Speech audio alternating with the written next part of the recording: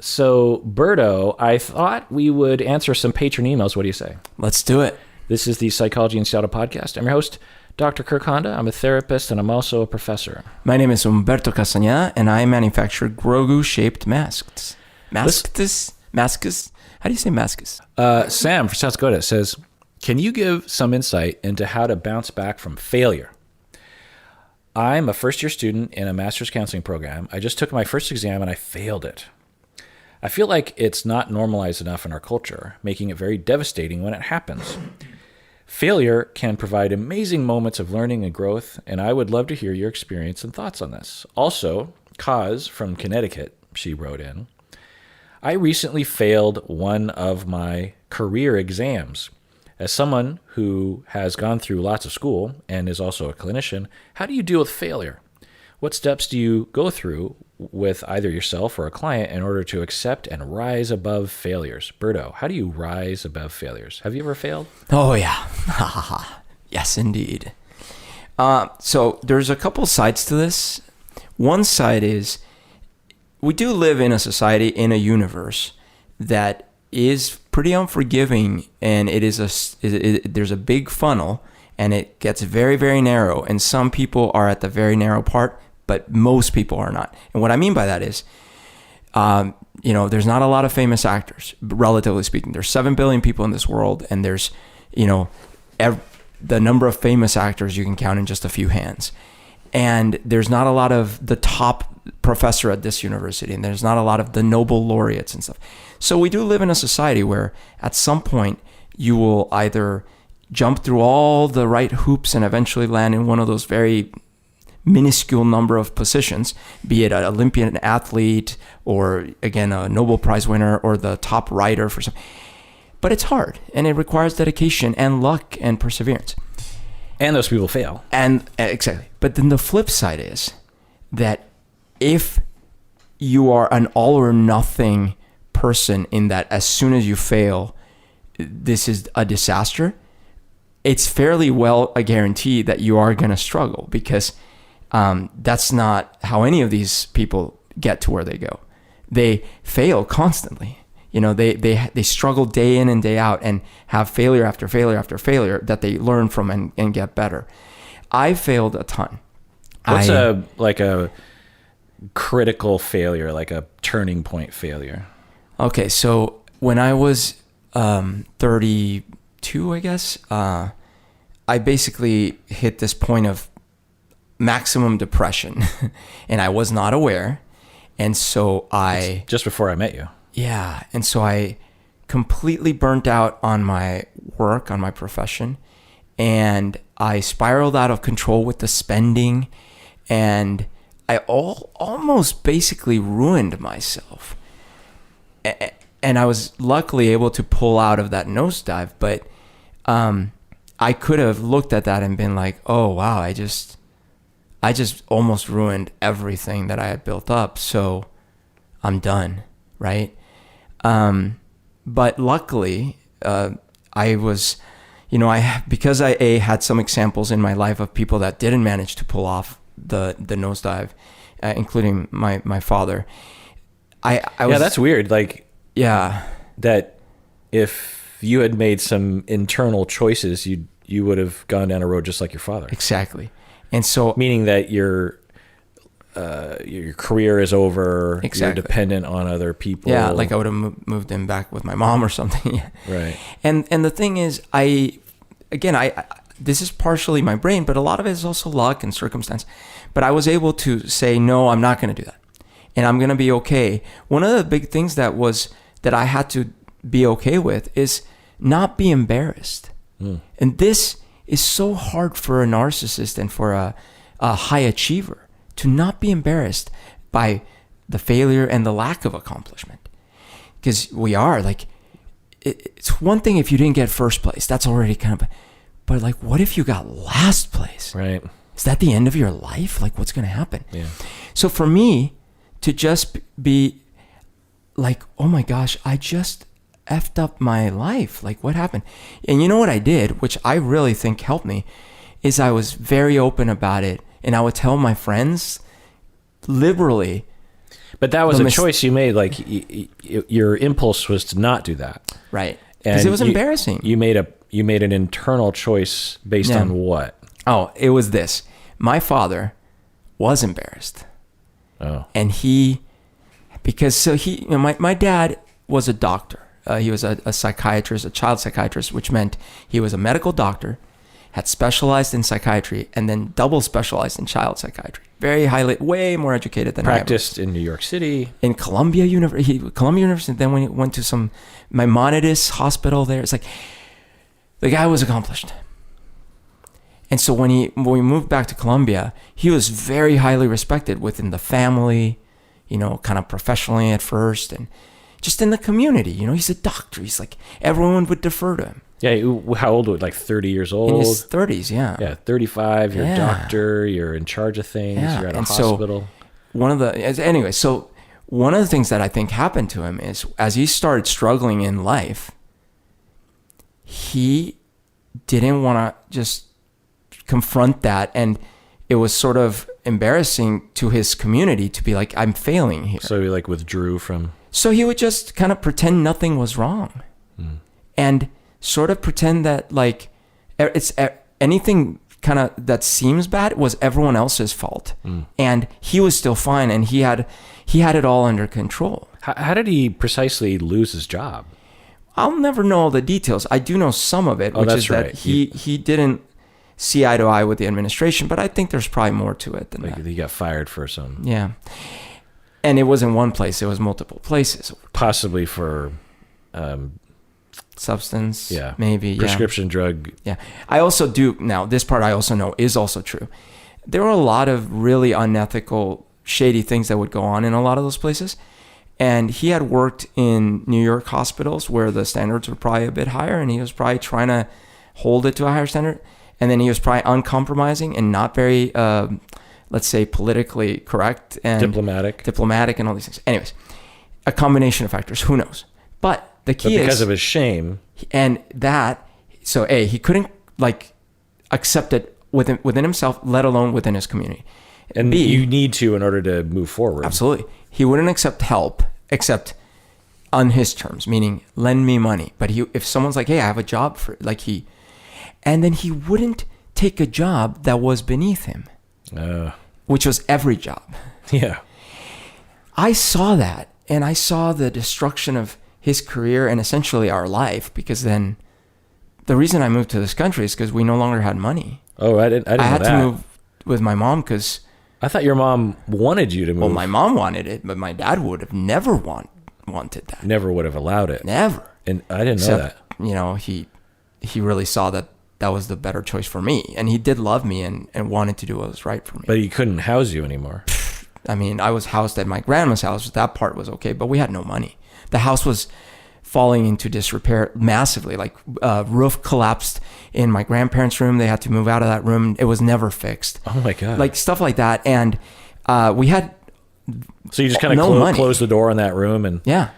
We had no money. Yeah. And so, I saw that. And the lesson I took from it was, I'm never going to be too good for a job. Yeah. So when I got into that state, I told myself, I'm going to go work at McDonald's if I need to. I'm going to go back to work wherever. Yeah. I'm not... Well, and because you're on the other side of this trying to plead with him, just get a job anywhere. Exactly. And he's like, no. And you're falling into that spot and you're having this temptation of pride and of shame. And you're like, oh... In the moment where you're like, oh, I get it. This is the beginning. This is what happened to my dad. I saw, it really was cinematic. I saw these two paths and I saw, oh, I see. That's where this one heads. And it was such a visceral fear of that path that I knew there was no chance in hell I would go down that path. Yeah, that's really commendable. I have a similar plan for the future that if I ever have dementia, Alzheimer's or something, that I will not do what I see some of my relatives doing, which is to act tough, to not ask for help, to act like it's not really happening, to not get assessed. Because I feel like a lot of people will do that.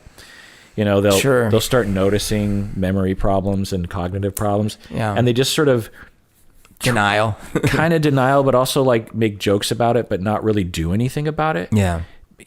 When you start to have those symptoms, one, you got to get freaking assessed. You got to start measuring that over time and seeing like what's happening. And maybe there's things you can do to slow the progression. Yeah. And the other thing is you got to make some adjustments. Yeah. You got to, and because my uncle who actually died early in his 60s of early dementia. He lived in California, so I didn't see the step by step, but I did see him occasionally and see the progression. And my impression of and he's a good guy, but my impression of what he did was kind of a typical one, which is just try harder to function. Grin and bear it. Yeah, and he was a very accomplished architect, and we ended up getting fired from his job because his bosses were like, and that must have been months before that happened, right? There must have been like a slow degradation of his work, and then like trying to help him out, and that doesn't work, and then you're talking with him, or like what's going on, and then eventually he got fired. Yeah, and I'm like, that's mortifying to me. Yeah, to put other people in that position because of my progressive condition. Like, so I've told myself that if there's any sign, one, I'm going to get assessed. Yeah. Like every couple months, I'm going to have cognitive testing. Two, I'm going to tell everyone I'm 95%. And in another couple years, I might be 85%. And here's what we're going to expect. I'm going to start forgetting things. I might even know who you are. And so, you got to start taking over because and I don't want that. I'm a very independent person. Of course, yeah. But I would hate it if I put Stacy, for example, in the position where she's like, "Oh boy, like I've got to tell him, Kirk, you can't drive anymore." Yeah, right. I don't want to put anyone in that position, and so I'm going to come out and say, as soon as this happens, I'm no longer driving. As soon as this happens, I can no longer be in charge of the bank account. Yeah. As soon as this happens, you can't let me be on the podcast anymore because God knows what I'm going to say. I'm going to incorporate that because I do not want to put other people in that. Do you know that we already did the same exact episode and you said the same thing? Sometimes you say some genuinely good jokes. So yeah, failure. To Sam and Kaz, it's definitely not talked about enough. And it's definitely not talked about in popular media today, right? Like no one on Instagram is posting about their failures. Right. It's pretty rare. Yeah. But I'll tell you, for me and my failures, there are three that I want to identify. One is that I failed my driving test, my first driving test. I actually failed my first two written driver's license tests. Are you serious? That's funny. Well, the written ones. The reason was because they had recently passed this law that you could get your permit before you were, because, in Washington State, at least back then, you could get your permit at 15 and a half. Mm-hmm, yeah. Which means meaning that you could start driving with parental oversight. I had one of those, yeah. But they said you could get your permit early if you passed the test. Oh. And so I tried a couple times without studying. Oh, I see. You just thought you could wing it. Yeah, which is so dumb. It's like it's not that kind of test. Yeah, you got to study. Like there's certain things like, okay, you got to be X amount of feet from the curb when you park. Blah blah blah. Anyway, and then I took the driving test and I failed it, and I still blame the instructor. Instructor, the evaluator, because. So we're in Renton, Issaquah, by Liberty High School. Anyway, I'm driving up this road, and so I'm showing Berto like with my hands, and so I'm driving this way, and there are parked cars on the right. Yeah. And he says, turn right up there into that residential area. And so it's 2-lane road, one lane going one way, one lane going the other way. And there are parked cars parallel parked to my right. And he says, turn right. So I turn right, signal, slow down, turn right. And then at the end, he says, I'm knocking off like 10 out of 100 points because of reckless driving. What? And I'm like, what do you mean? What'd I do? He's like, well, you didn't check your blind spot. And I'm like, my blind spot, I was on a 2-lane, it was only one lane going our direction. Why would I check a blind spot? They were just parked cars. He said, well, a parked car could have pulled out. Okay. That's stupid. Okay. If a parked car pulled out as I was turning and ran into me, like that's on them. Like the parking area isn't a lane. Yeah. You can't drive in the parking area. Yeah. You know what I mean? And there were, if there weren't any parked cars, maybe a car was sort of cheating by getting into the parking, but there were actual parked cars. Also, reckless driving sounds... Well, I don't know if he said reckless driving, but it was a huge, because not checking your blind spot, like that's going to be a huge amount of points you're going to miss. Sure. But anyway, so I failed that. But the main failure, and then a second failure that I want to talk about, and then my third, I want to talk about my main failure. My second failure is I failed to monetize this podcast for 7 years. Sure. For 7+ years, every week, almost every day, thought about how do I make money being a podcaster? And I worked at it. And I did all sorts of things. And you were there with me every step of the way. You did some things for that. You would build a website, and I thought, it was on my mind. The podcast has always been this creative baby of mine ever since the beginning. When I have a moment to think for 13+ years, like half the things I think about are the podcast. Okay, how can I make better content? Right. How can I get better equipment? How can I have better guests? How can I da-da-da? I'm always like, okay, what do I need to do to make this thing better and better and better? Which, by the way, I fully loving doing the podcast, but I never thought it was going to be something that you could monetize. Right. And I didn't know, but I always had a vision from the very beginning that it would be money. It would make some money, and then I could dedicate more time to it. You know? I remember when you would start saying that, like on the air, like, become a patron because that will help us make more episodes. Yeah. I always had this queasy feeling like, when is that going to happen? Right. Well, and you remember, for the first 7 years, we would ask people to donate. Yeah. And, it was just through PayPal. Right. And some people would, but it was very rare. Sure. It's not a system that you can easily. Right. It's not like Patreon. Right. And so I was trying, I did all sorts of things. I created my own continuing education program.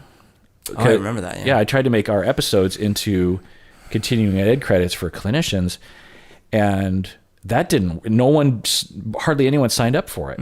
And I wonder if I did it now, if it would be different.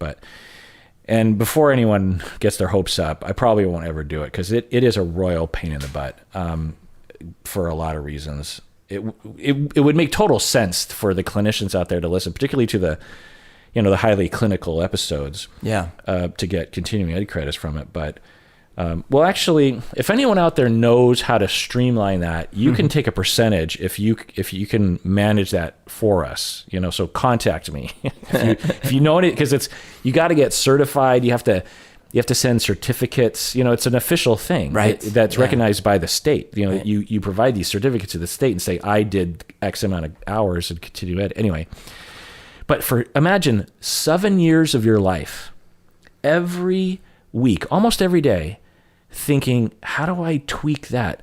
What is this podcast doing? How are they managing to monetize?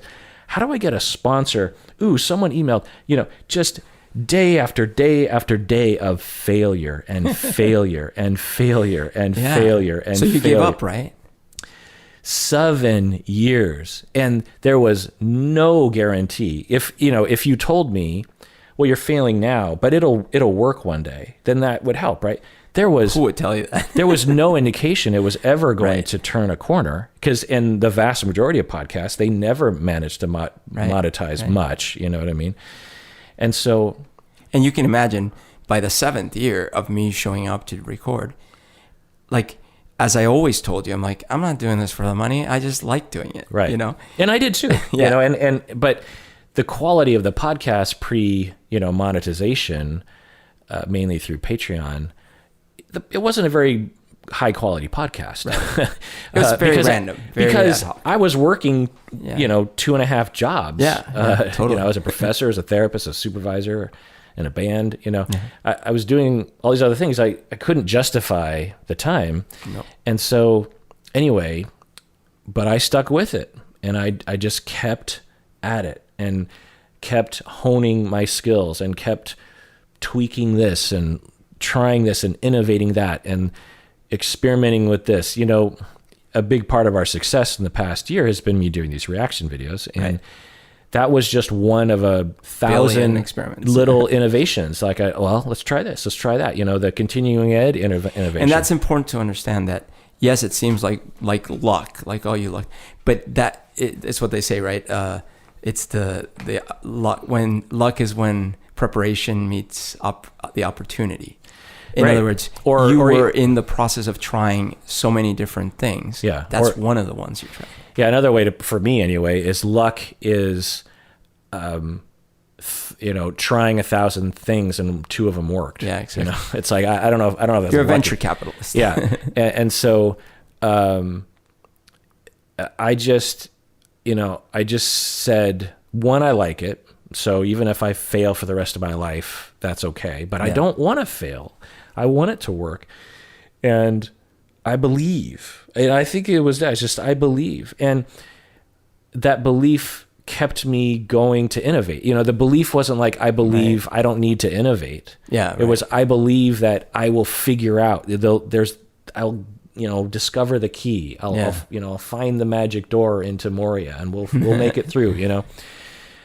But the biggest failure that I think is so like out of a book of like how to get over failures is I was fired from my first job as a therapist. Right. 8 weeks into being a therapist. So I'm in graduate school. I go to academic classes for a year. I start my internship in my second year. And I am gung-ho. Mm-hmm. I'm 25 years old. I'm desperate, as all interns are, to prove that I can do this thing. Your chosen profession. Yeah. Spending tens of thousands of dollars. This isn't like you got a job at Pizza Hut. Pizza Hut. Yeah. You lost it. No. Yeah. This is like the rest of my life. This is the first client of the rest of my life. I want to do right by the clients. I want to do right by the supervisor. I want to do right by classmates, by my professors, by my program, by society. Everything is on the line. I'm choosing a career for the first time in my life. I'm putting so much effort into it. I'm trying so hard, blood, sweat, and tears. And I think I'm kind of okay in my first 8 weeks. And then one day my supervisor pulls me into his office and he gives me a piece of paper, double-sided, 10 different reasons why I'm being fired, 10 different reasons why I'm a terrible therapist, Wow. 10 different reasons why I'm essentially like a bad person and I'll never succeed. Oh, man. And there's something wrong with my head. Like there's something wrong with the way my personality, essentially. There's something wrong with the way I think. And just to break down one of the bullet points, and I so wish I still had this letter, but it's burnt, part of it's burnt in my brain, was rewinding the clock 4 weeks. And remember, this is 8 weeks into my internship. Yeah. And he probably wrote the letter 6 weeks into my internship. So you rewind the clock back 4 weeks and he sits down in supervision. This is supposed to be your mentor, someone who cares about you, someone who advocates for you. He asked me a question and I never felt safe around him. I literally had to meditate before going into supervision with him because I had such a visceral fight or flight reaction just being in his presence. But I just figured that must be me. I must be. Yeah. There's something wrong. When you study to be a therapist, you're trained to like assume it's you first and the other person second. Right. You know what I mean? And so I was always like, it's me, it's nothing to do with him. It's my fault. I've got issues, Yeah. And he asked me this question. Matter of fact, it's like, okay, if you have a client who is currently addicted to alcohol, what do you do? And this is a very, therapy 101 question. So I'd learned, and I said, well, I've learned that you're not supposed to treat them. You're supposed to refer them to a treatment program or to AA to get sober. And then you're able to work with them because, you can't really work with someone who's actively drinking. And I said, but, I've also heard that sometimes you can work with someone who has a problem. It just kind of depends on the situation. It was some answer like that. And he looked at me and he said, interesting.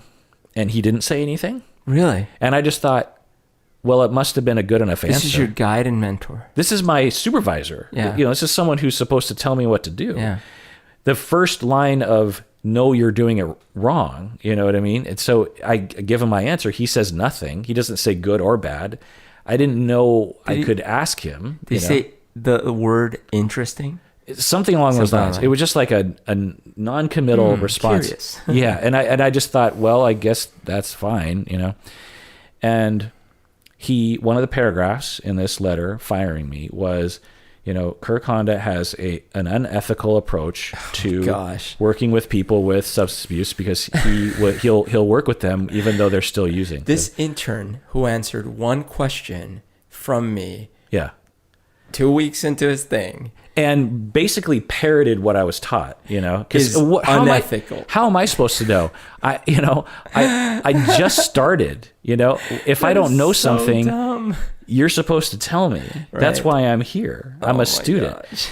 And the other 9 bullet points were similar. You know what I mean? Yeah. Like one of the bullet points was people at this agency are uncomfortable around him. I was shy. Yeah. I was terrified. Yeah. 25, I've always been kind of shy in situations like that. I was quiet. And one of the bullet points was people were uncomfortable around me. I'm the new guy. Everyone else has been there for years. Yeah.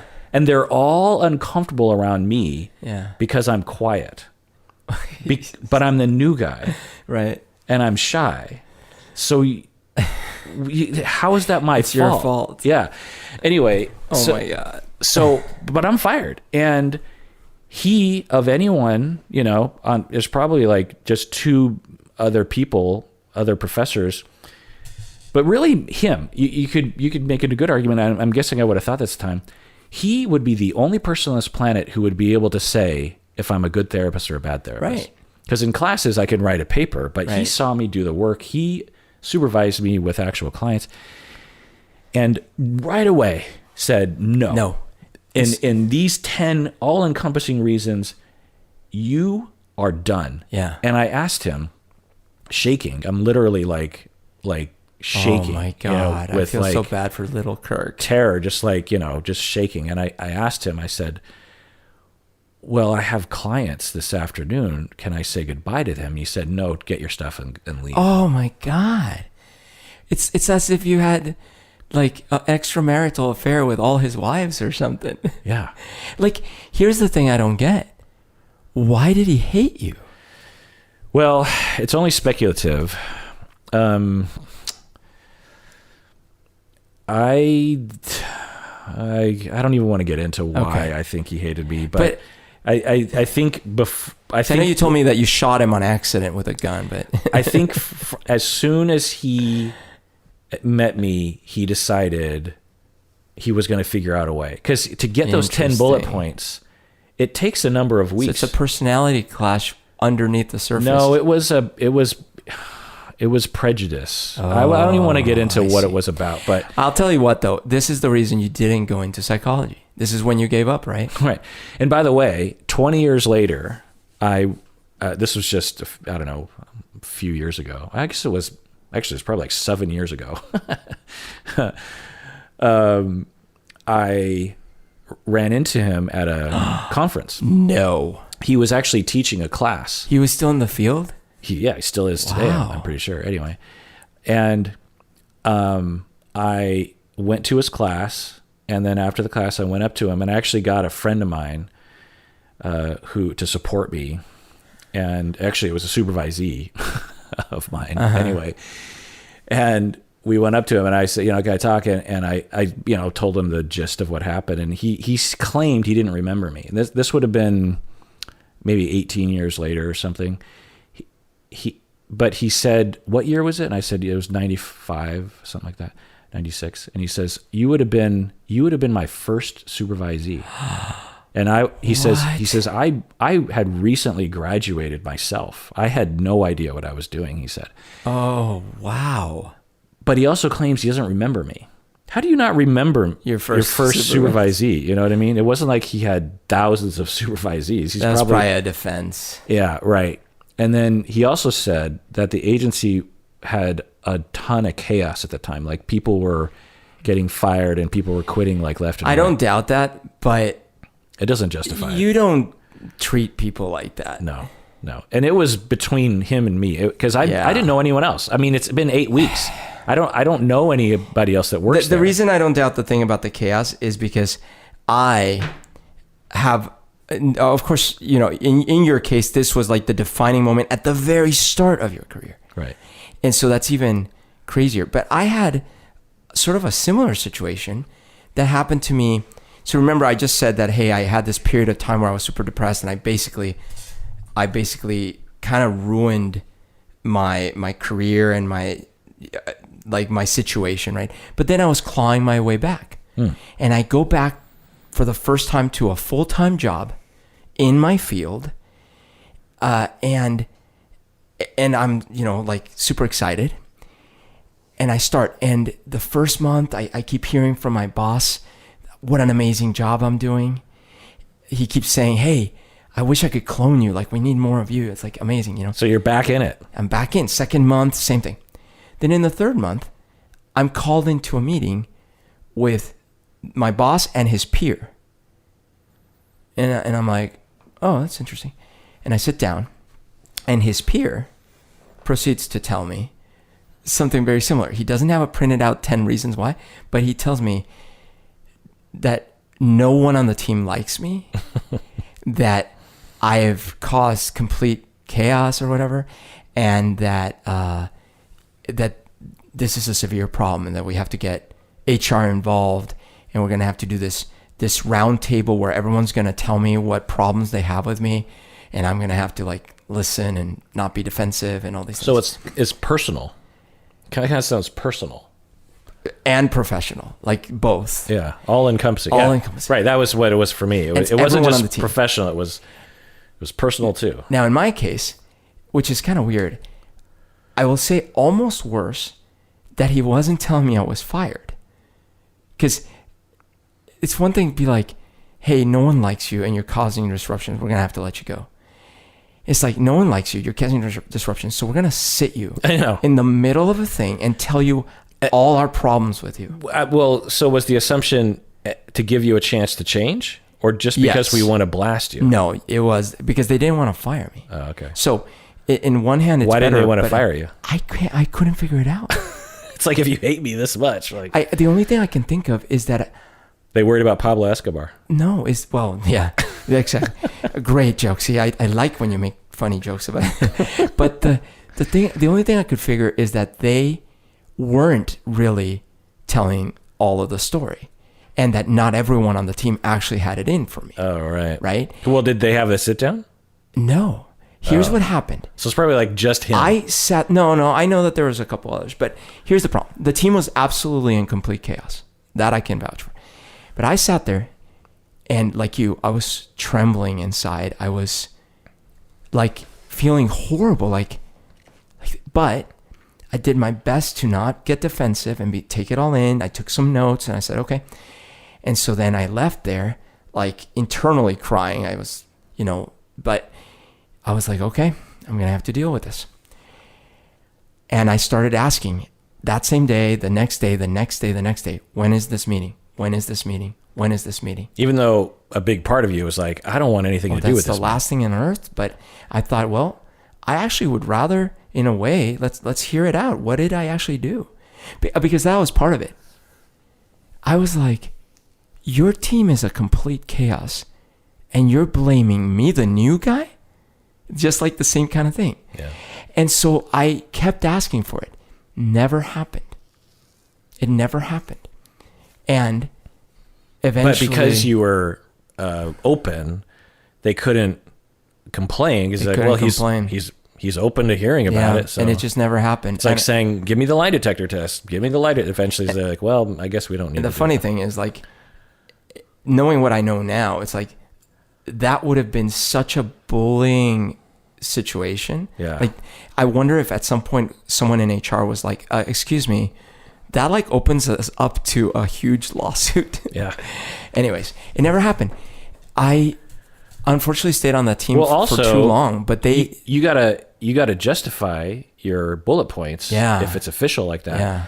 And two, you open yourself up to other kinds of feedback. It's like, okay, well, let me raise my hand. Yeah, let me provide some counter feedback. Anyways, it was so demoralizing, and it traumatized me I was there in that team for 5 years. Every year at review time, I was re-traumatized. Well, I think you were traumatized beyond that, because even just, I don't know, 5 years ago, almost every time I talked to you, you would tell me about how you were like really lying awake at night, staring into the darkness, hoping that your boss would approve of you. Yeah, true. And every kind of indication in, because he that particular boss like lacked social skills and didn't know how to praise his employees. Actually, that was a different boss. Oh, okay. The one in question, who wasn't my direct boss, he had it in for me after that for 4 years. And it was like every time he interacted with me, he felt like it was nails on a chalkboard. But he was way higher up in the chain than I was. So he controlled my destiny in that team. I actually got an apology / you did good kiddo email before I left the team from this person. Yeah. It's like too little too late, but it was like, okay, I guess. Yeah. But it was so demoralizing. So of course, in your case, you're just starting out. At least at this point, I knew. Yeah. I had some evidence that I'm not a complete F up. Right. Yeah. So I confront him, and he says, it's, and I'm mildly shaking even just 7 years ago, talking with him. And I was trying to be as differentiated as possible, as fair as possible. Yeah. I wanted to wring his neck, honestly, but I was like, just therapist fight. And he says, "Oh, I don't remember you. Oh, it's chaos." And he kind of apologized. I mean, he didn't really, because he didn't remember it. He's just like, "Wow, it sounds awful," kind of a thing. But it was very diplomatic. I could tell like he was just trying to get out of the conversation. Because he thought when I came up to him that it was going to be a conversation about his class that he just taught. Right. And he's like, "Oh, okay, let's talk about it." And he's like, "Oh, Jesus," And, but afterwards I felt liberated. It had been this monkey on my back since that time. And I faced him. Yeah. And, by that point I'm mid-40s. Yeah. And I'm a professor and a supervisor and podcaster. I was respected. Yeah. And had, hundreds and maybe even a couple thousand clients who were satisfied with my product, with my service. And yet there was this nagging part of me, this 25-year-old part of me that was, slinking out of his office, feeling like a small loser. Yeah. And when I wouldn't even say I confronted him. I just basically said, like, this happened, and I just want you to know that it was wrong. Yeah. Because the accusations that were laid against me on the other side of the fence, now that I'm a supervisor and have been, by that point it would have been about 15 years. I've been a supervisor for 15 years. Knowing what I know about supervision, you failed me. I was 8 weeks into my internship. You're supposed to tell me what to do. Yeah. You didn't tell me what to do. You just cataloged what I was doing wrong and fired me. Yeah. That's wrong. Right. And I told him that. I said, I was probably program director by that point. Yeah. And I said, if I had a supervisor do that to one of my students, I would force you to take that person back. Right. Because there's a proper procedure for firing someone from it's a big deal to fire someone from their internship. Not only logistically, but that person, that's their career. Yeah. And so you have to go through proper steps of feedback and giving them a chance and evaluation and working with me, certainly as a professor. You can't just fire someone. I don't think I laid it on that thick because I don't think I felt emboldened that much. But I said something along those lines, and he just kind of nodded his head. You know, he didn't say like, "Oh, you're right." You know, he just kind of was like, he kind of is like a politician responding to a journalist. You know, Yeah. I just remember it was very cold and very like, you know, it'd be like you walk up to Bill Clinton and say like, you know, like the Monica Lewinsky and the Paula Jones thing, like, you know, you're wrong about that, right? You know, and you just think like he would say something like, "Oh, thank you for bringing that up for me," and then just get in his limo and drive away. That's a very good point. I will think about that. Yeah, you know, it was very much like that. It was it was complete, just kind of blank diplomacy, but I felt like I was empowered. You know, similar, and I've told this story in the podcast before too. That I had this bullied me very briefly when I was in middle school. And then I ran into him at a bar in the U District You've told me when I this, was yeah. like 22 or something. And I saw him across the bar, and I was with my high school friends, and he was with his high school friends. And there was a lot more of them. And I was like, and he was bigger than me when I was a kid, but now he went over about the same size. And I was just like, I'm gonna go punch that guy out. Like he Yeah. bullied me when I was a kid, and now I'm a big boy, and let's see what happens. You know, maybe he'll win, maybe I'll win. I don't know, but It's even. it's even, you know. And so I went up to him, and I told him, "Do you remember me?" He's like, "No." And he's like, I told him the story, and he just looked down at his feet, and his friends from high school and childhood said, "You did that to this kid? Like, why did you do that to him?" And he's like, he's just looking down at his feet, and he's just like, "Yeah, I don't know." Like, he didn't say he was sorry. Yeah, he just kind of like looked down. He was like, "Yeah, I don't know." And you know, now of course I Knowing what you know probably now. know that he was Yeah. not going through the best family life at the Yeah. time, you know, and I was, by Yeah. the way, and so, and you know, sort of confused, I just walked away, going like, "So I guess we're not going to fight because you're just looking down at the ground." And anyway, so. It felt good to me, but rewind the clock back. I'm driving away in my white Honda Civic from the agency. I remember it was in the summer, and I'm like, well, that's it. That's it. You tried. Yeah. You suck. You'll never do this. That's it. I wasted a year of my life, and I mean, by how that point, horrible. $30,000 or something. It's so sad. And I'm like, obviously, because one, I thought, I'm terrible. That's it. Two, I thought, I'm pretty sure I'm going to get kicked out of the program because it was such a rare thing to be fired from your internship. If you that saw this in a movie, they didn't say, by the way, if you ever get fired, like there was no talk because no one ever got fired from their internship. if you saw this in a movie, you actually would be like, "This is silly. They're exaggerating. Like that doesn't happen to people. Yeah. Like getting fired on their internship this way with 10 bullet points and, you know, come You're 8 weeks into your internship. No. And by the way, I probably was under his supervision for like 6 weeks because I was under a different supervisor for the first month. And then he left. Yeah. And I really liked him. Like he was older, he knew what he was doing.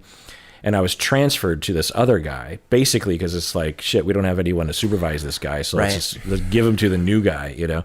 Anyway, so I'm driving away, and I'm in this daze. I'm like, well, I was going to see a bunch of clients. Now what do I do? And I didn't know what to do, so I drove to the university across town. And I'm just like, I guess I'll just tell them what happened, and they'll kick me out of the program. So I walk in, and I none of the professors that I know well are there. Like Paul David isn't there. But the dean of the program, Tony Collis, is there. So he's like the boss man of the whole program, you know. And I walk into his office, and I'm like, well, might as well just tell him. And I told him, and he listened, and he was a very nice, wise person. I didn't know it at the time. Everyone loves him, by the way. And he says to me, well, it's not good that this happened, but it's not the end. And this happens not very often, but it happens sometimes.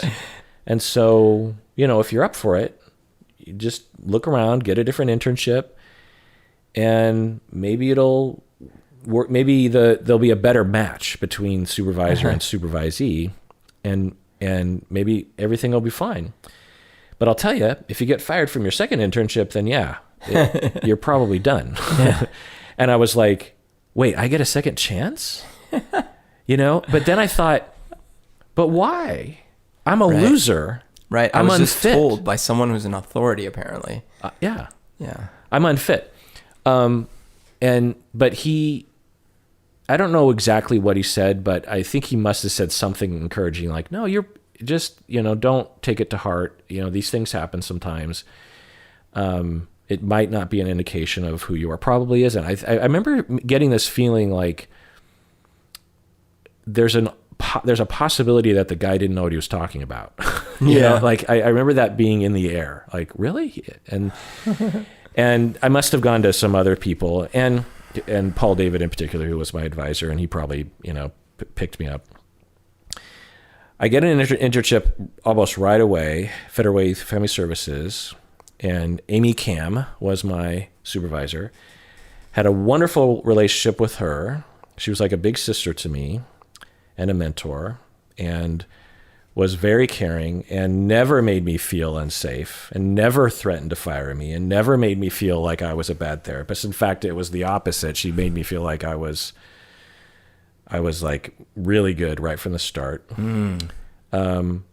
Graduated, got hired on there, and then was never fired again and never had another problem. I mean, had problems with colleagues and stuff, but never nothing like that. Never like a client who complained. Like, that was the other thing. None of my clients had complained. Right. All my clients were happy with me. You know what I mean? Or at the very least, they didn't say anything. Right. But anyway, That's amazing. So the lesson, I think is in the story of, at Berto's and mine, but the steps that I thought about to follow are, one, don't think of it as a quote unquote failure. For Berto, when they call him into the office and they're like, there's 10 things, it's an opportunity, and I know that's a cheesy thing to say and it's something you'd have on some inspirational poster, but it's true. Looking back, it felt like a failure, but at the time it felt like a failure, but looking back, it wasn't a failure. It was just a setback or an opportunity or a bump in the road. Even when it's all of your own making. For example, during the time where I was wasting money like a drunken sailor, I didn't look at it that way. I didn't think, oh yeah, I'm just going to waste my money. I thought I was trying to place smart investments. And so I was like, I'm going to go place this stock bet in the stock market in the most volatile of ways. And I immediately lost an obscene amount of money. And that is definitely me failing to do something, safe. And that, again, could be a moment where you're like, oh, that's it, I'm done. I'll just like go to jail or something. Like, I don't know what I'm going to do. But if you flip that script and you're like, okay, that was an expensive lesson, but am I going to learn from it, or am I going to just like crumble? And some of us end up paying higher prices for our lessons, but it's important to keep thinking of it as a lesson. What can I take from this? And I did the same thing in that situation where I got pulled in that office. I said to myself, in fact, it helped me that they were approaching it in such a negative way, because I said, I'm not going to give them the satisfaction that this is some sort of like attack on me. I'm going to learn from this. I'm going to be the bigger person. Yeah. I'm going to introspect and see, well, whatever personality deficiencies are on this side of the aisle, I'm going to see what I did and how I could do it differently next time. Right. Along those lines, at my second internship, I forced myself not to be shy. Like, I'm generally a shy person in a environment where I don't know everyone. I tend to just stay out of people's way.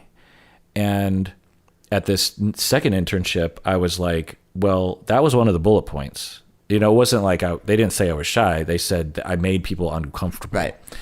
So in the second internship, I just said, I'm going to be obnoxiously extroverted. And so I would walk into people's offices and say, hey, how's it going? I didn't want to do it. Right. I did not feel comfortable doing it. But I sort of committed to it early on, and it sort of became my thing. And then I think that helped. So I did learn from that. I want to tell a story, a different sort of story about failure, because I feel like the failure stories that we've told thus far have been kind of like other people's faults, at least framed that way. Like when I wasted my money, that was me wasting my money. Right. So, but I want to share one of mine as well. And, some of them are just so embarrassing and shameful that I just don't even want to go into details about them, but I'll tell a general story that has to do with this podcast, actually. I made an episode years ago. This would have been, I don't know, long time ago, years and years. And I forged into this topic with so much hubris and so much lack of preparation and lack of asking others, am I striking the right tone in this topic that I have no idea what I'm talking? I haven't really gone into this topic before. Right. Am I even on the right base here? Is there something? And there were enough signs prior to me recording this episode that I should have pumped the brakes hard. And I did not. I just forged ahead and, yammered in the microphone for an hour and then published it. And it rubbed, there weren't that many listeners back then. So it was just like a few people, but it was enough. And their reaction was, strong enough that at the time, I didn't even know how I was failing, but it was clear from, different vectors that I had failed. But which points to how much hubris I had, because I didn't even know what mistake I had made that had caused people to point out I had made a mistake. I'm like entering into a dog show with a cat and people are like, and I'm like, well, I thought it just had to have 4 legs.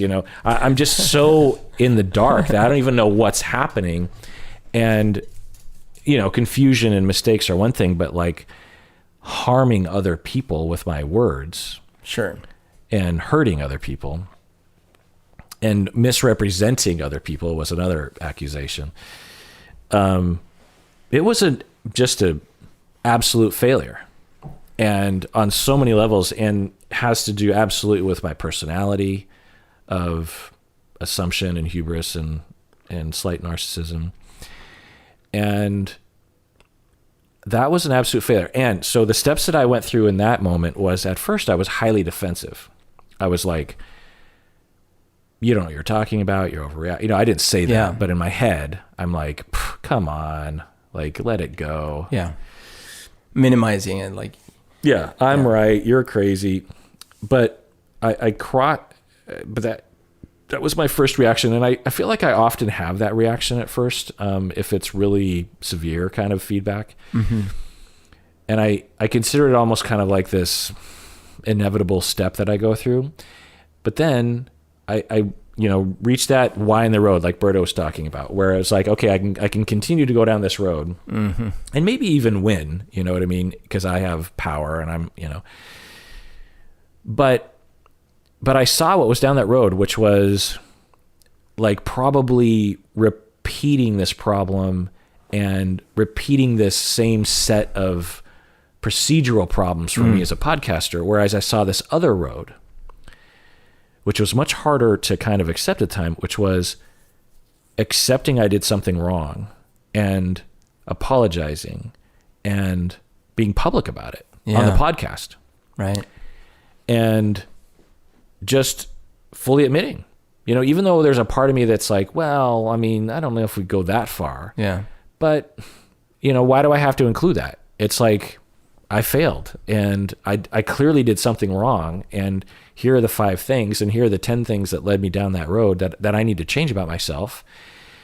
And I'm going to talk about it on the podcast. Right. And that's what I did. And I, recorded an episode. I pulled that episode. Incidentally, we kind of did this again years later, with the Rachel Dolezal thing. Oh yeah, right. But that was a much smaller kind of version of it, like a lot smaller. Yeah. And anyway, so what I did was I turned the failure into a learning opportunity. Instead of I give up on podcasting or I give up on talking about sensitive topics. Right. I'm going to kind of absorb it. That's kind of the metaphor. That's the visualization I have about those kinds of failures, of just like it's an injury that broke a bone, but I'm gonna heal and it'll be stronger afterwards. You know, I'm gonna let it happen. I'm gonna lean into it. I'm not gonna resist it, and I'm gonna take my shots. You know, I'm gonna take the consequences. I'm gonna open my arms and say, okay, let me have it. I deserve it. And then I'm going to learn. And some people are going to say, not only do I think he did something wrong, but he admitted it. So we all agree evidence that he's wrong. Yeah. He did something stupid. He did something wrong-headed. He did something harmful. He did something that everyone understands is wrong. And he admits it. And so, ding, ding, ding, everyone agrees. And I just said, okay, I'm not a perfect person, and I made a terrible mistake, and I need to learn from it. You know, so those are the moments that the more we talk about it, Berto, the more I think like these quote unquote failures, whatever kind of styles, types of failures, whether it's someone that thinks we did something wrong when we might not have, or when we actually did something wrong. These are the critical moments that define your life. They do. Absolutely. You can go down one direction where you end up closing off and becoming essentially dependent on other people without a career. Yep. You know, on one style of failure. Or you open your arms and you accept it and you live with it and you don't shame yourself. I think that's a big thing, right?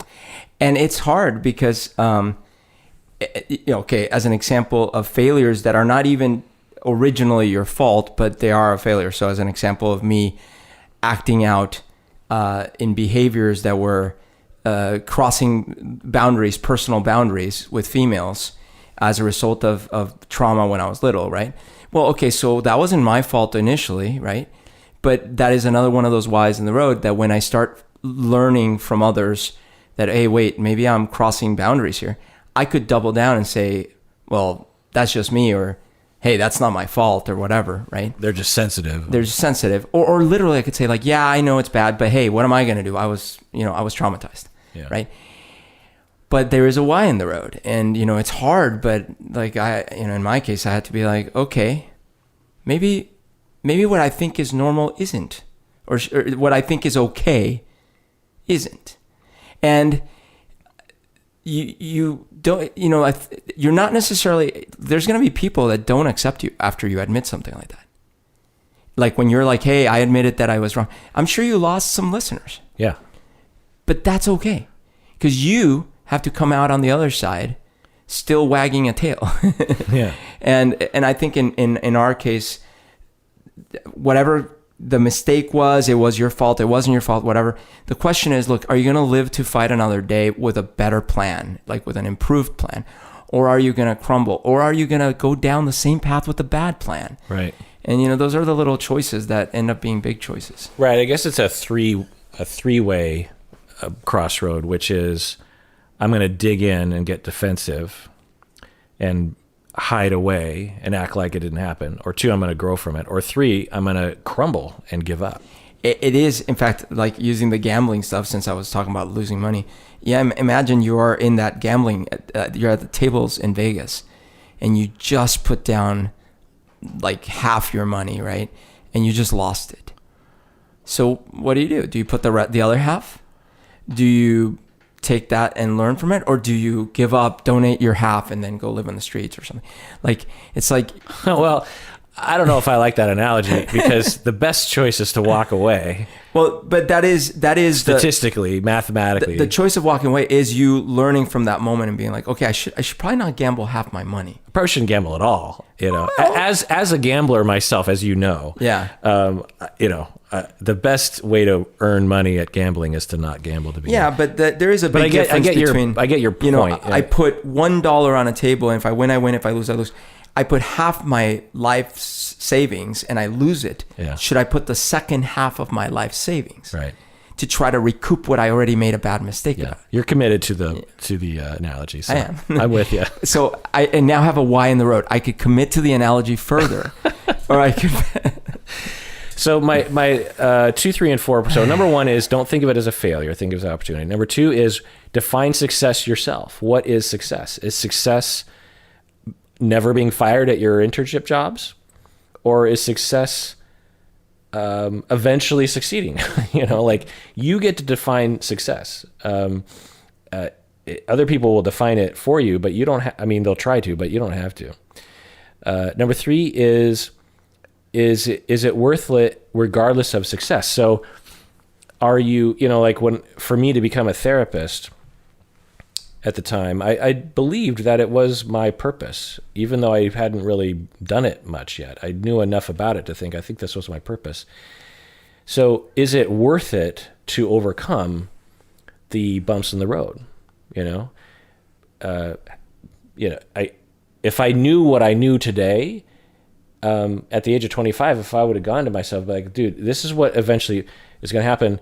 And so if you get fired 10 more times, that's okay. That's okay. Because it's worth it, like this is your calling. Right. So don't let it get in your way. It doesn't matter. Like learn from it, but don't absorb it. It's, like to be an actor, I'm guessing, there's all the auditions and all the failures, right? This is why you shouldn't go back in time, because now the other you is like, oh, cool, I'm just going to fail 10 more times. And they never become a good therapist. Number 4 is, the last one is, what can I do to reach my goal? So instead of looking at like, oh crap, I failed, it's like, well, what's my goal? What is my ultimate goal? Right. Yeah, I failed. Something went wrong there, but I only have what I can do in the future.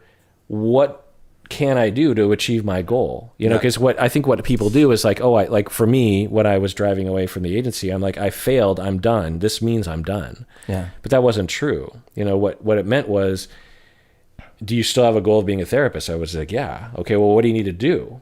Well, what can I do? So I'd have to research that. Well, get another internship, please that person, make sure you do everything that they want you to do. Don't risk getting fired at all.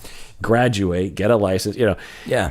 It doesn't affect that, and I think a lot of failures, the inertia that people experience is because they think the failure defines the path, but it doesn't. It's just a thing that happened along the path. Absolutely. And you could have a goal that is, as I was referring to earlier, one of these very rare things. Like, let's say you are an athlete who dreams of winning a gold medal at the Olympics in a specific sport. That's very rare.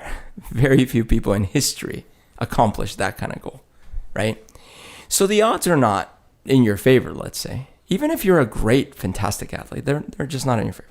But that's your goal. Okay. So there's this part of it that's like you have to live a life in addition to that goal. So every step of the way trying to get there, it's like you have to keep that in mind. You have to live your life in addition to having that goal. And that way, when you get to a point where maybe you didn't qualify for the Olympics, you still have to live a life. And so what are the tools that you have at your disposal to be okay with keeping going with that life, even though this specific goal you technically failed at? And so it can't just be about the destination, and that's part of it. Right. If for you, it literally had been that future Kirk travels to say, don't worry, the destination looks good. I maintain that that's still not good. Like, you need the path to be part of the picture too. Well, a little hope, if future Kirk had gone back time and just been like, the things you're going to learn are going to help you. So just don't give up. Yeah, that sounds totally fine. But if you're, because as we know, there are countless examples in this life of people that technically reached their goal. They won the Oscar, they did get the thing, and then they have a tragic life. They drink themselves to death, or they kill someone, or whatever. They're happy for a week, and then so it can't just be about this one specific goal in the future. it is about a journey, and Right. like every little opportunity to learn and grow and improve yourself as a human. Well, and with yin and yang, like without failure, you can't have the thrill of success. You know, Yeah, absolutely. If something is guaranteed and easy, like that's like, yay, I walked and went to the bathroom. Like that, you know, Right. you don't celebrate that because you're pretty sure you're going to succeed. The fact that I feel good about the fact I've succeeded in my career is because there was so much possibility and occasional failure. We've talked about this before. If you at all play video games and you've ever turned on the cheat codes, it's fun for like 5 minutes. You know, you're playing the video game where it's a resource management game. You have to build your city and all these things. But you read online that there's these cheat codes where it gives you infinite money and no negative consequences. You turn it on, you're like, oh my God, I can build all the buildings. Oh my God, I can buy all the things. 5 minutes go by and you're like in heaven. And then you're like bored to tears. Yeah. Because there's no challenge. There's nothing. Yeah. You need to be able to compare that success to like what happens when you don't succeed. Yeah. All right, Berto, let's take a break. What do you say? Let's take a break. Let's do it. Hey, deserving listeners, as y'all know, I am constantly recommending that people go to therapy. We all need therapy from time to time. Well, one of the options available that is definitely worth checking out is BetterHelp. If you're looking for a therapist, I would give it a try by going to betterhelp.com/Kirk. Make sure you use the promo code Kirk because you get 10% off your first month, and it really helps us out. As you watch these videos, I know many of you have been motivated to find your own therapist, which is great because you deserve it. And I know also that it can be hard to find a good fit, find the right one for you. Well, one of the options available in terms of your shopping is to go to betterhelp.com/Kirk. I've been told you can start communicating with your therapist in under 24 hours. You can message your counselor at any time. Plus, you can schedule weekly video or phone sessions. I've also been told that it's often less expensive than in-person therapy, and you should know that this service is available to clients worldwide. So go to betterhelp.com/Kirk to get 10% off your first month today.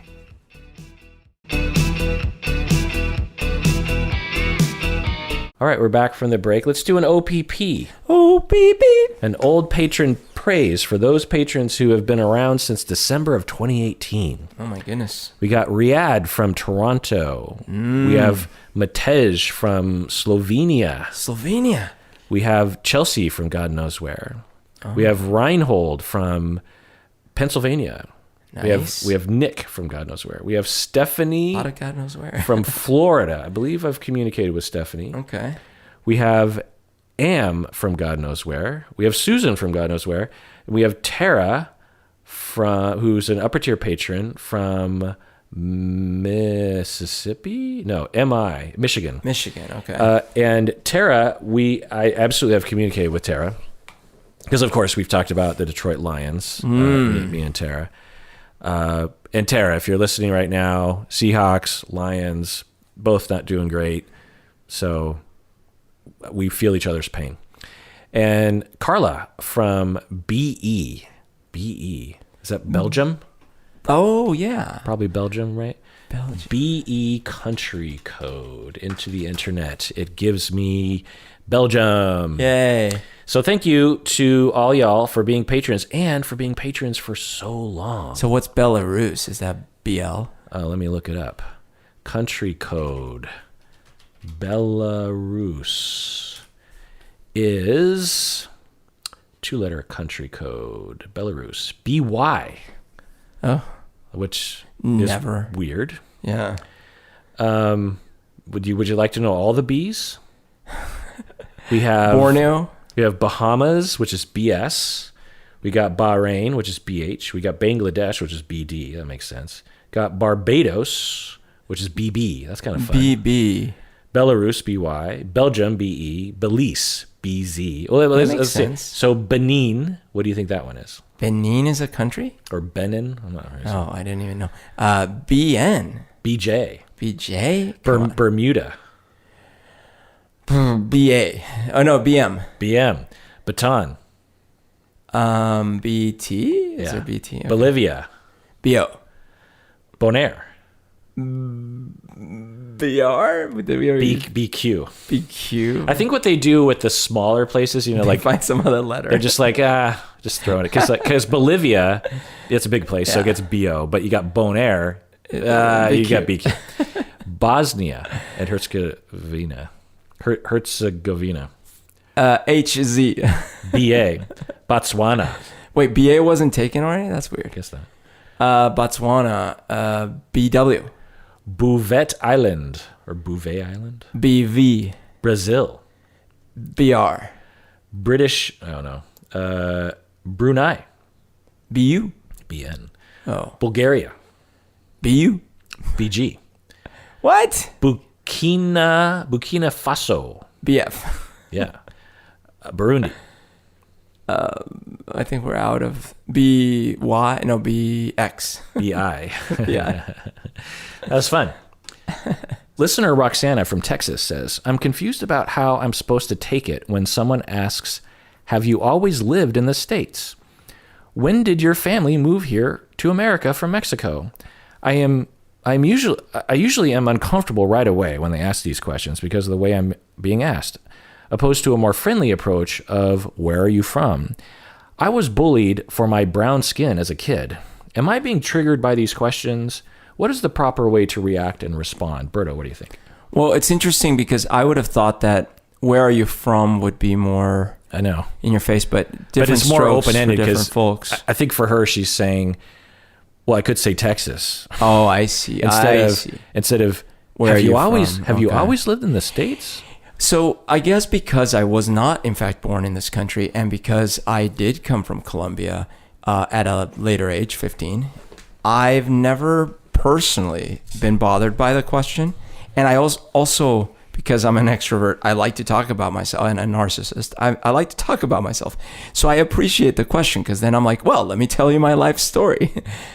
That said, I can understand, especially if you are from here and your life is all here and your family's here and you just are not a white, I don't know, Iowa looking kid or something, then they're asking you where you're from or which country are you from. I could see why that would bother someone. Yeah. And it's not just that, but you're saying it well, but it's not just that. And I find that people don't usually describe it this way. So, because it's often just like when people say, don't ask me where I'm from, instead of like explaining what's happening inside of us, like me, when people ask me, where are you from? If it was the only time I was ever asked, or I was asked like once every 3 years or something, then I wouldn't notice it. It'd just be in the background of various different, questions people ask me. But I get asked in particular contexts. Like I don't get asked in cities. I get asked outside of cities. The other thing is that it represents a much larger assumption that I'm not a true American. Even if I were to say, my ancestors have lived in Washington State, my Japanese ancestors, for 120 years. Much longer than you've lived here. Oh, I see. So you're Japanese. Yeah. And so even if I said that, right, they would say, oh, I get it. You're a foreigner, essentially. Right. Instead of, because it's always a white person that's asking. Right. And instead of like, or at least they're asking in the annoying way, instead of me, and sometimes I want to just turn to them and be like, well, let's look at your genealogy and look at how long ago you emigrated to the United States and how long ago my ancestors, because I guarantee you, on law of averages, your ancestors came No, I meant, were you from Seattle or from Bellevue? Yeah. And not only is it a represent, when someone asks me, where are you from? Or, why do you have brown skin or slanty eyes, essentially is what they're asking. But also they're saying I'm not worthy. I'm not, because I don't know if that's what they believe, but it wouldn't be unusual. That's how you feel though. That's what is behind the question is when they ask me, where are you from? They are just looking me up and down. And this hasn't happened because I've lived in Seattle, for a long time. This happened much more often when I was a kid. But when they're asking me that question, they are immediately categorizing me as an other, as a foreigner. And I also know that most white people, especially back in the day, do not value foreigners and think that Americans are more valued. The other thing that I will hear that will drive me bonkers is people will say, I'm American, meaning I'm a white person. And it's like, you're a European American, in certain contexts, the same way that I can say I'm an American. Yeah. And a white person could certainly say I'm an American. But if I'm saying I'm Japanese American and they're like, oh, I'm American. Say, well, you're a European American. Right, exactly. As an example of this, still to this day, in grocery stores, there will be an aisle called the ethnic aisle. This is true. That is one of the dumbest things. Americans have an ethnicity. It's not like Americans don't have ethnicity and everyone else around the world has an ethnicity. Or, the cultural, people will say this, it's like, oh, it's like one of the things that therapists will say and trainees will say sometimes will drive me crazy. I won't hear it that much anymore, but there'll be something about a client, like say they're from South Korea and some kind of issue comes up and the therapist will be like, oh, we'll be conferring as therapists. Yeah. And one of the therapists will be like, oh, is that a cultural thing? And that question is based on such idiocy because everything is a cultural thing. Like the fact that you ask that question is a cultural thing. The fact, if with a white American, right, if they say certain things, it comes from their culture. Just because right, they're South Korean, suddenly now they have a culture. Whereas if you're white American, you don't have a culture. Yeah. But I wonder because although you're right about that, and it should be applied in all cases, I think the way I've personally used it or thought about it is more of, is this something unique to you? Or is this something that is common to your circle? Are you asking me a question? I'm saying that I think when I personally hear or think about the expression, is that a cultural thing? It's the difference between, is this just a unique thing you do, or is this a thing that you in your circle do? And that's why, but I agree with you that it's not just like, culture isn't just about a foreign country. Right. Everyone's got a culture. Right. Yeah. Yeah. Literally every aisle in the grocery store is an ethnic aisle. It's just that some of them are the dominant, hegemonic white American aisle, ethnicity-wise, and the ethnic, quote-unquote, ethnic aisle is everything else. Yeah. So it's not like, kimchi is ethnic and hamburgers are not. Hamburgers are ethnic. It's just American ethnic. That's all it is. Barbecue is ethnic. It's a specific culture. It comes from a particular part in the world. I don't know. I'm trying to think of what you would call the other aisles. International. That'd be fine. But also that's kind of stupid because my people have been in Seattle for 120 years. At what point is my aisle not called the international ethnic aisle? At what point is Japanese American food like, sushi or something? At what point do I get to call my food American? Do I need another 120 years? Because certainly hot dogs came over from Germany, I presume, but they just became American food. True. But my food is still in the ethnic aisle. Pizza comes from Italy. It's just in the regular American aisles. My food and kimchi and seaweed, it's still in the ethnic aisle. Because I have brown skin. That's the only reason why. If you're white, then you get assimilated. If you're not, then you don't. Interesting. I suppose Jewish people as well don't get assimilated. They're still in the ethnic aisle. So pretty dumb. And the other thing is in the ethnic aisle also is Mexican food. A good portion, a good swath of American soil is Mexican. We took it over. That's why it's called California and New Mexico. Right. And Los Angeles and San Francisco. All these places were named by Spanish-speaking people. But beans and rice. Right.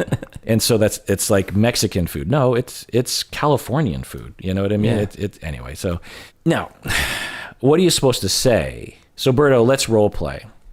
You ask me, or no, I'll ask you. Okay. So you're someone who was born in the States and you're tired of people asking you, where are you from?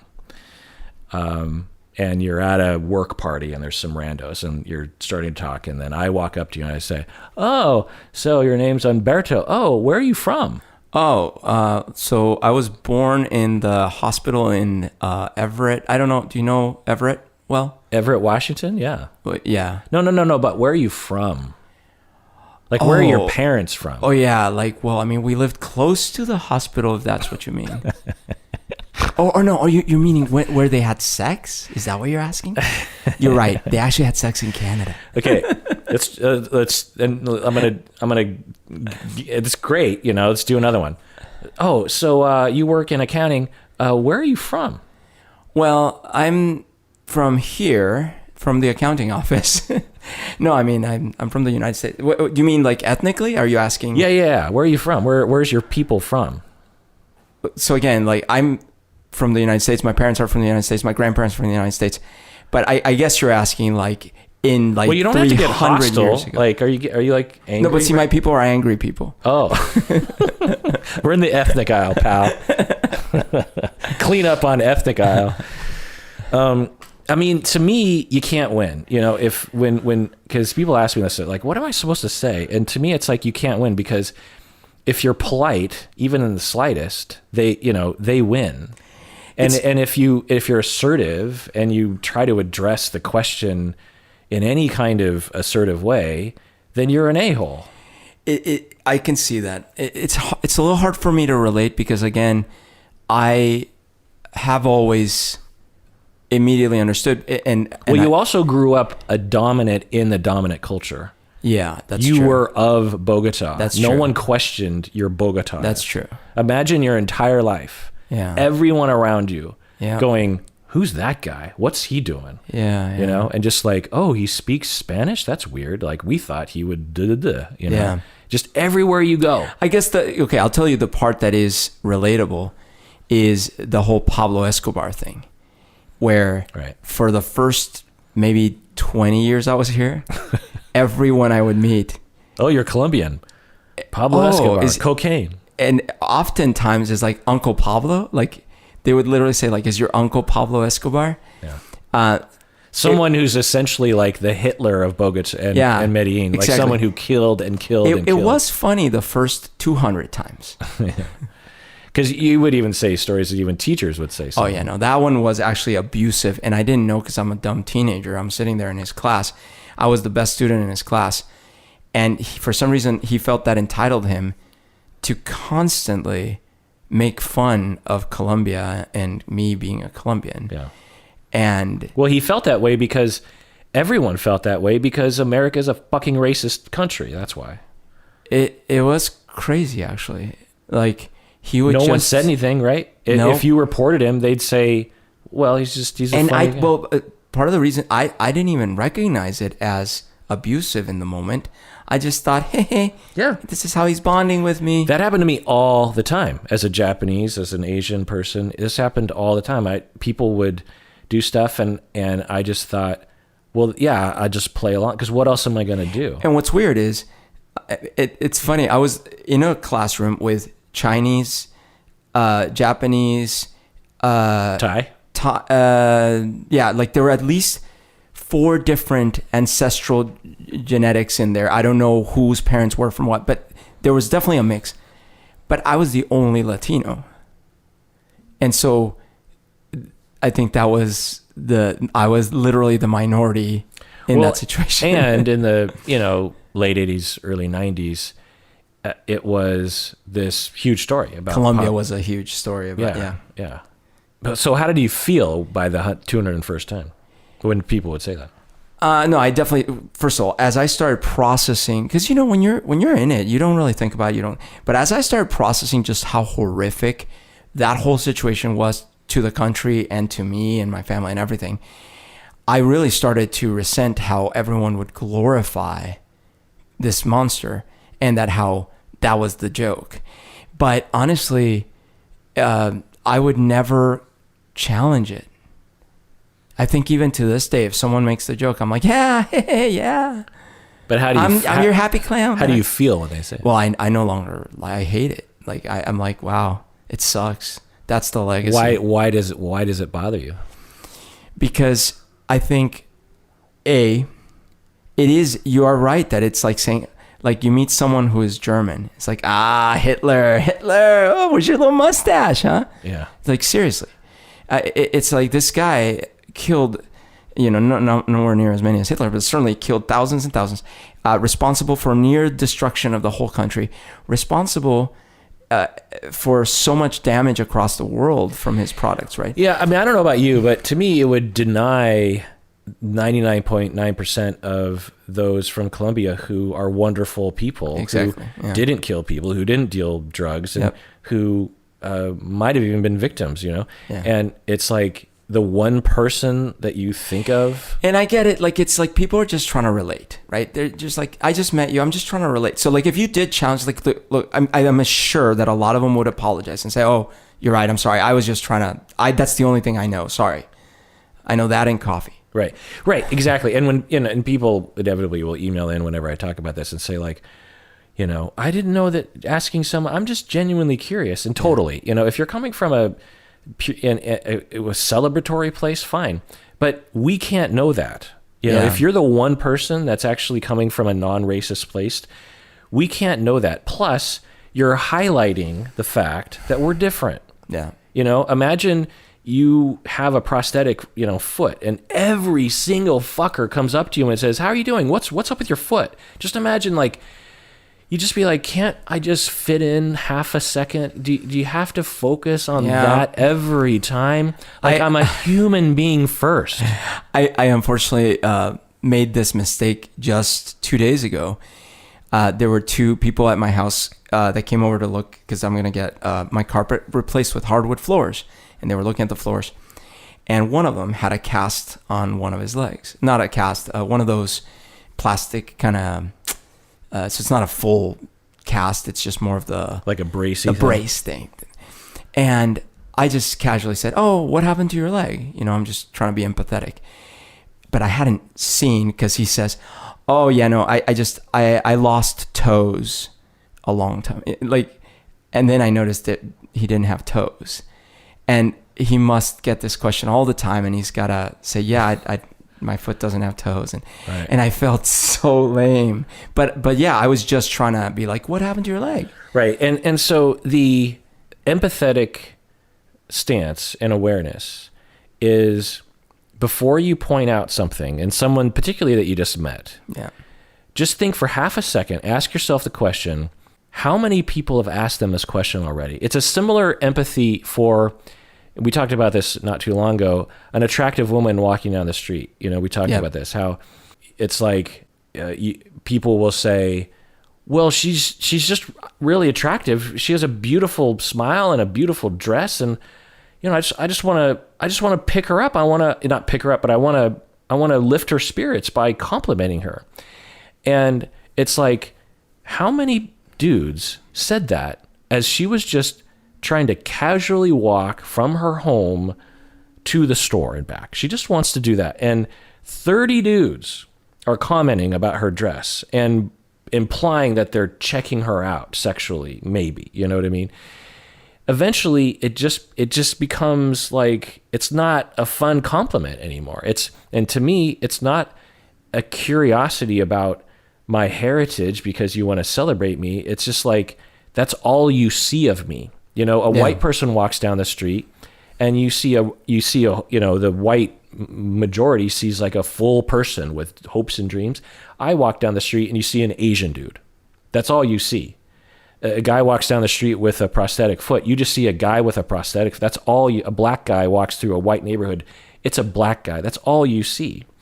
And instead of, that's a well-rounded human being with all sorts of hopes and dreams, we probably share a lot of things in common, but no, it's just a black dude. It's just a guy from that place where they had, Pablo Escobar. That's all you see. I've put you in a box, and we all know it's not a good box. If I thought that being a foreigner was a good box for you white Americans, then maybe I'd feel a little different. I probably still wouldn't like it, but I understand it's not a good box, and I know what you associate with it. So stop focusing on it. But here's the thing. We never learned this. They don't teach this stuff. Yeah. Well, they do hopefully now. Maybe. Yeah. With what do they call it? Critical race theory? Well, no, that wouldn't be, because what we need is like critical human empathy. Yeah. Like, seriously, like... Well, to be clear, a version of critical race theory would discuss these questions, by the way. But it's like we just said, it's not even about just race. It's about, because But it's one of about- these examples was about women. One of these examples was about someone Yeah. with a disability. But once you understand, point is that you're right. Schools, and I've been talking about this for years, that we have however many years of math that from, first through 12th grade, say, if you break up the day into 6 different hours, there's a good chance that 1 out of every 6 hours of school is spent on math. Yeah.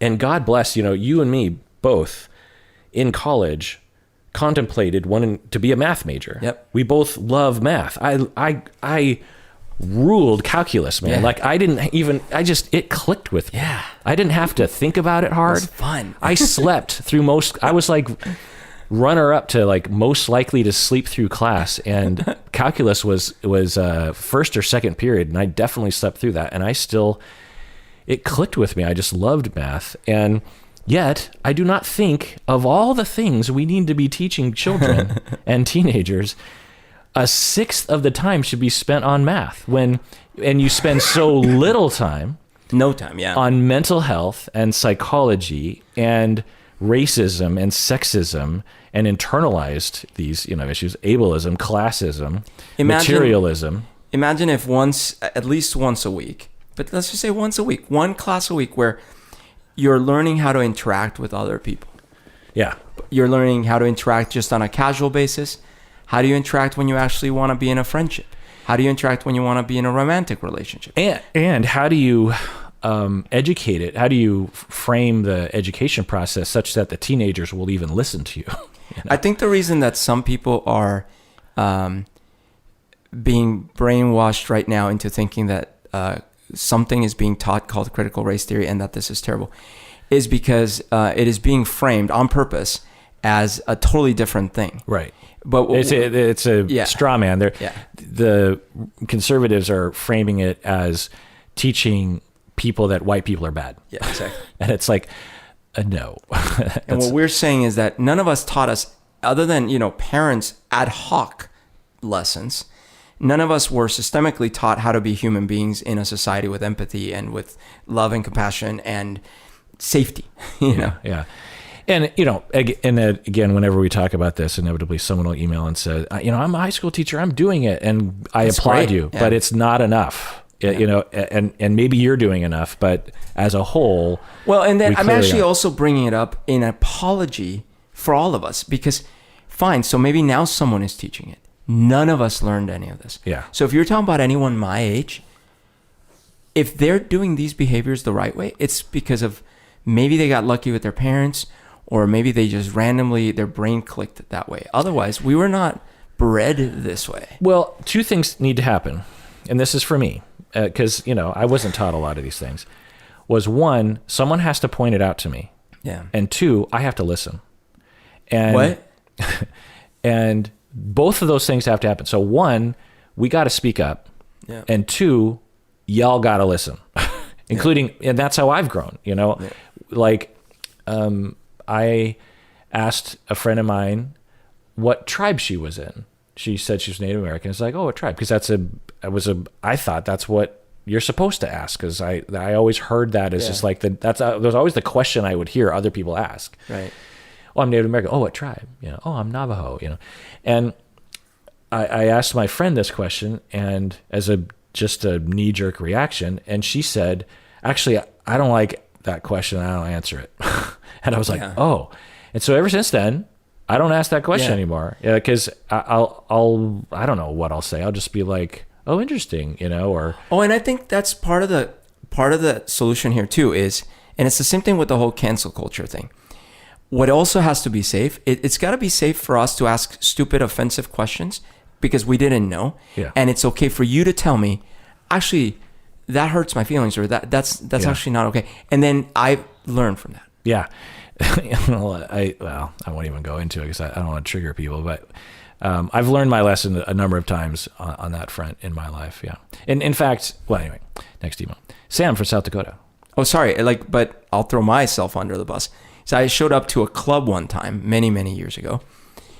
like a nightclub in Seattle, whatever. I was meeting some people, and I show up, and I say to my friends and whoever's around, because I say it loudly, "What's up, my N-word?" Oh my God.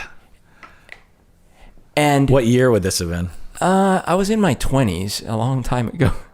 Like, so it was some U District bars club. So in the 90s ish? Yeah, definitely 90s. Yeah. But because I had a misunderstanding, because see, I didn't grow up in this country, and I actually didn't really know what that word meant. I mean, I knew it was like not great, but I had heard also people using it in songs and in movies and stuff. And I thought because I'm Hispanic, I get to say it. And I remember whoever I was with, like, "What are you doing?" I'm like, "What? I'm just saying." And they like did that educational moment. Like, dude, you can't say that. Like, you shouldn't say that. Was that someone I know? I'm pretty sure, yeah. And if it's the right person I'm thinking of. And I learned, and I was like, "Oh, okay." But that's the kind of thing where I could have been canceled. You're banned from this bar. But then I wouldn't have learned. I would have actually been upset or something. Like, "Oh, how dare they? I just said a word," and blah, blah, blah. Yeah. Yeah. All right, Berto. Well, that does it for that episode. I'm failing at the end of this episode. Failing at the end. And take care of yourself because... You deserve it. Ah, thanks.